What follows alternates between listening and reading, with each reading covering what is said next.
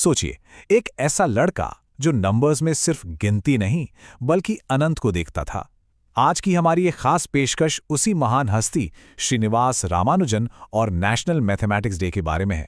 ये जो लाइन है ना, जब गणित नियमों में बंधा था, उनकी सोच सीमाओं से परे थी, ये श्रीनिवास रामानुजन को बिल्कुल सही तरीके से बयां करती है।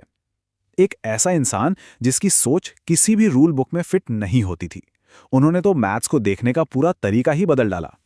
तो चलिए इस कहानी को शुरू करते हैं, एक ऐसे खास दिन से जो पूरी तरह से नंबर्स को, अंकों को समर्पित है।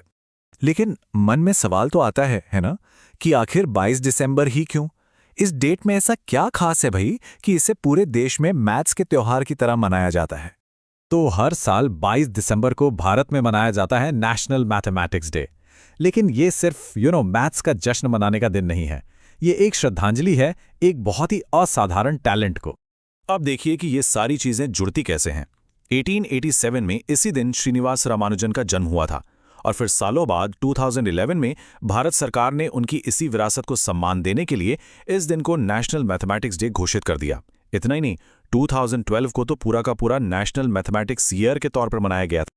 तो अब आते हैं कहानी के हीरो पर, वो इंसान जो इस सबके केंद्र में है, एक ऐसा जीनियस जिसे the man who knew infinity यानी अनंत को जानने वाला कहा जाता है।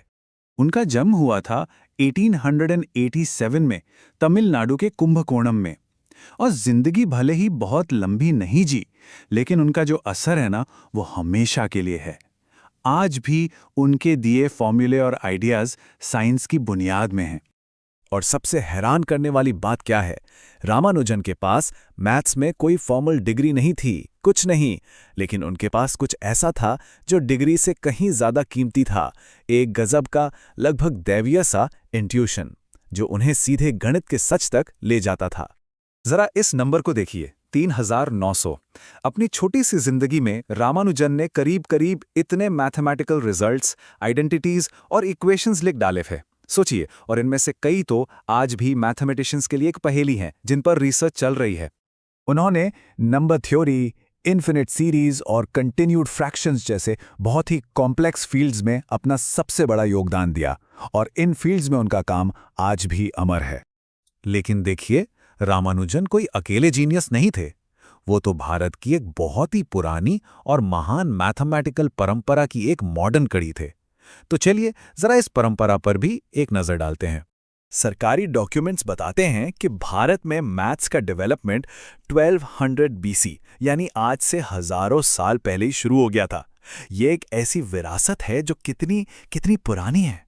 और भारत ने दुनिया को मैथ्स के कुछ सबसे फंडामेंटल गिफ्ट्स दिए हैं, जैसे जीरो यानी शून्य का कॉन्सेप्ट, डेसिमल सिस्टम और तो और नेगेटिव नंबर्स का इस्तेमाल।